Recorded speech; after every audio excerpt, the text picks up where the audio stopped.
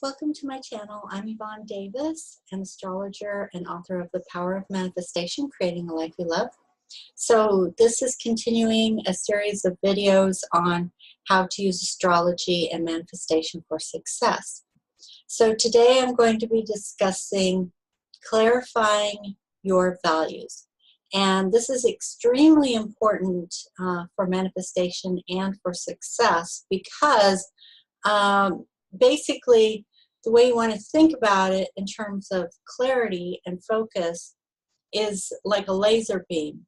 If you look at the power of a diffused light versus a laser beam can, cut through glass or, cut through metal. It can do incredible things. Not to say that diffuse light doesn't have power as well, but it doesn't have the intensity of focus. And when we think about the power of our minds and our own personal focus and clarity, when we want to manifest something, we need to have the focus of a laser beam.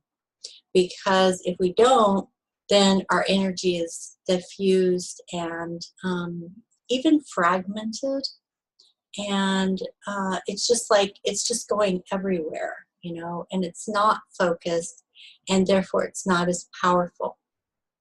So having clarity around your values is extremely important.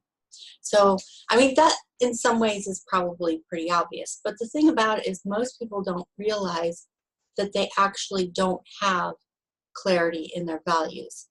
And a lot of times what is happening in our lives is that we have absorbed the values from people and the culture around us. So we may have absorbed values when we were younger, or even to this day, because our culture is continually bombarding us with information that isn't necessarily in alignment with our values. And what I mean by that is, for example, you may want to take a more spiritual approach, but you're constantly being bombarded with messages to be more materialistic. And I think that, I was certainly influenced by that. I think even to this day, sometimes I can lose clarity around my own values because I'm constantly bombarded with messages from the culture around what success looks like. That you have to live in a mansion and drive a Ferrari and have a yacht and take fancy vacations and all these other kinds of things that, for real people don't necessarily equate to success and happiness and freedom. So, but, if you're soaking up and absorbing all those constant barrage of messages, it sometimes does take its toll. And you start to think, well, maybe that's what I should be, even if it's happening on a subconscious level. It can begin to influence your choices, which might not be in alignment with your truest values, like the ones that are really, truly, authentically you. And so this is about understanding that it is possible that some of the choices that you're making in life could be influenced by values that you received when you were younger, that came from your family, and that came from authority figures, that came from the church, or that just came from the culture in general, that don't necessarily line up with the true values you hold today. As an example, sometimes we may have received shaming when we were younger, and especially by people that we looked up to, and we can hold that shame inside even to this day, and that can actually influence the choices that we're making, even though it's not necessarily in alignment with who we really want to be. Like, I'm making an assumption that you want to be someone who loves yourself and treats yourself with kindness and compassion. And I actually think that's really important to manifestation.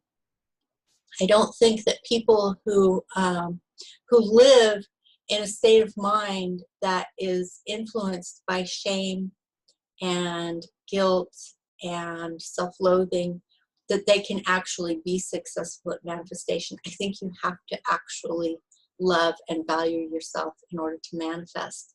So, because you have to be open to receiving, and you have to believe that you're worthy of receiving. So that means that self-love and kindness toward oneself and compassion toward oneself, a willingness to nurture yourself, is actually essential to manifestation. So that's why I'm suggesting that you might look a little bit deeper at what's going on inside yourself, and not automatically assume that the values that are influencing your choices in life are all yours. It's possible that some of them were absorbed from people and other messages that you've received throughout the course of your life. Some of them may have gotten buried very deeply. And I say this because I know that I struggled with this myself. In particular, a phrase, you're lazy. And this was a phrase used as a way of encouraging or manipulating certain behavior to make another person's life easier. But that was deeply absorbed by me when I was younger. And it's not to say that I was lazy, I just might not have been behaving the way this person would have liked me to behave at a particular time to make their life easier. So, but having incorporated this, like internalized this message, I often found myself, like a voice in my head would be very critical and judgmental of me. So I had self-judgment, self-criticism, and a lot of shoulding, like, you should be doing this, you should be doing that. And I finally reached a point in my life where I realized that, well, on the surface, intellectually, I knew that that wasn't helpful. And yet it would, because it was so deeply ingrained, it would continue, like to show up like a tape, almost so silent I couldn't really even hear it. I didn't even recognize it was happening consciously. But sometimes I would start to notice, like, why do I keep yelling at myself in my head to do the specific thing, and then I'm not doing it, and that could go on for hours, days, weeks, months, years. And I started to wonder, well, why is that? And is there anything I could do about that? And I think that deep down inside, I was actually afraid that if I didn't have that critical voice in my head, judging me, criticizing me, shoulding me, that I wouldn't get anything done. I would just be a lazy blob, sitting on the couch eating potatoes and watching TV. And so I had this fear. I guess I didn't trust myself. But why would I if that was the message that was ingrained in me from such a young age? So at some point in my life, I just started to wonder, could I possibly let go of that mean voice in my head and just see what would happen? So I gave myself, I did it as an experiment, and I just gave myself 3 weeks. And I said, okay, for 3 weeks, I'm just going to lay off. No more yelling at myself, no more judging myself, no more criticizing myself, no more shame and blame and guilt tripping myself, and no more shoulding myself. And in a way, it was kind of like a vacation. And if I didn't want to do something, then I was going to be okay with that. And that way, just like really relaxing within myself and relaxing within my life just for those few weeks as part of this experiment, I could let myself see what would bubble to the surface. And then I might find out what it was I truly valued. And that was a fascinating experiment because I did learn a lot about myself. And what I learned was that, first of all all the self-judgment and criticism and yelling at myself and in my head and shooting myself, making myself feel bad, wasn't actually effective anyway. Because the truth was that this person inside me that I call the one who's running the show, she always got her way anyway. No matter how much those voices yelled at me and said, you should be doing this and you should be doing that. The one who was running the show, she always got her way anyway. So why was I, continuing with all these voices? And so that was the first most interesting thing I learned, was that the mean messages in my head didn't actually have any impact on me anyway. They didn't actually have any impact on my behavior. They did impact me in the sense that they did drain me of energy, but they didn't actually change my behavior. In the end, I always did what I really wanted to do. But the major difference in terms of quieting those voices was that I started to enjoy life more. And the things I was actually choosing to do, I actually enjoyed them more because I didn't feel any guilt. And I had more energy because, like if I wanted to rest, like sit in the sunshine and read a big book or something like that, or go for a walk, I was able to actually enjoy that activity. So that made a big difference in terms of my happiness, my life, my success, and my energy levels. So basically what I'm suggesting is to really start to listen to what's going on inside of your mind and see if perhaps you are doing that to yourself as well, and see if you could possibly give yourself a break. So this is a perfect time to do that kind of experiment. I'm going to pull up the chart right now and show you what's on the chart. Okay, so this is today. We have got there's a lot of interesting stuff going in the chart in the charts right now. With Uranus moving into Taurus, that is all about values. So this may already be happening for you, because Uranus brings illumination, like a lightning bolt. And so with it in Taurus, which rules values, you may have already begun to start looking deeply at your values, clarifying your values, possibly changing your values. So this is really helpful energy.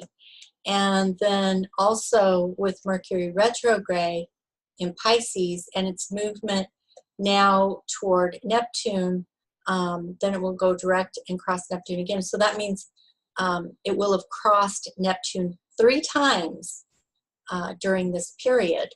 And Neptune is really good for releasing old patterns. And Neptune is all about the mind. So we can begin to rethink how our mind is working for us or against us. And any patterns that aren't working for us, we can begin to release them. So that's really wonderful energy there. Plus the fact that opposite the North Node over here, which is very soon in the coming month going to conjoin Pluto, which is also about looking at the depths of power, which includes our own self-empowerment, and Saturn, which is an authority figure, which can also include our own internalized authority. The South Node helps us also to release old patterns that are no longer working for us. So I'm suggesting that you start giving more attention to how what your values are, and how you have allowed other voices over the course of your life, which probably were, probably looking out for your best interests, but sometimes maybe looking out for their best interests. But you have a choice now as an adult. You have a choice about what your values are, and you can take a more clarified look at what is really going on inside of you, and if you really are in alignment with your truest, deepest values, or if you're still running tapes that were implanted in you over the course of your life. So that's my lesson for today, is to take a deep look at your values and clarify them, see what's truly yours, get into alignment with your true values, and allow yourself to let go of the rest.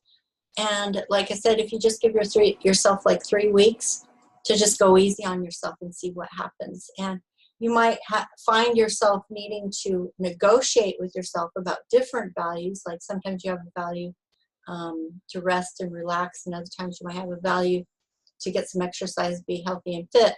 And if those seem to be in conflict, then you'll need to have a conversation with yourself about how can I meet the need for rest and relaxation and also meet the need for exercise. Because if you think about it creatively, you can find solutions to get both needs met. So those kinds of conflicts between true needs they're not real conflicts, they're imaginary conflicts, because it's just all that's missing is the element of creativity. When you're really willing to meet those needs, you can find solutions so that both needs get met. You just need to bring some creativity to that. Same with if you need to negotiate with other people, like about how you use your time, how you use your space, how you use your resources. If you live with other people, if you're married or in some other kind of committed relationship, or have family members in the home that, or even at work, where you need to negotiate with other people in order to get your needs met, and thereby manifest what it is you want in life. So I'm going to go ahead and leave it there because I don't want this to get too long, but I hope that was helpful, and I will, the next video will be coming out in the next 24 hours, and it's very much in alignment with what we've just talked about here. So it's almost like a 2-part series. So I'll send this off to you, and the next video will be out in the next 24 hours. And I will talk to you then. Bye-bye.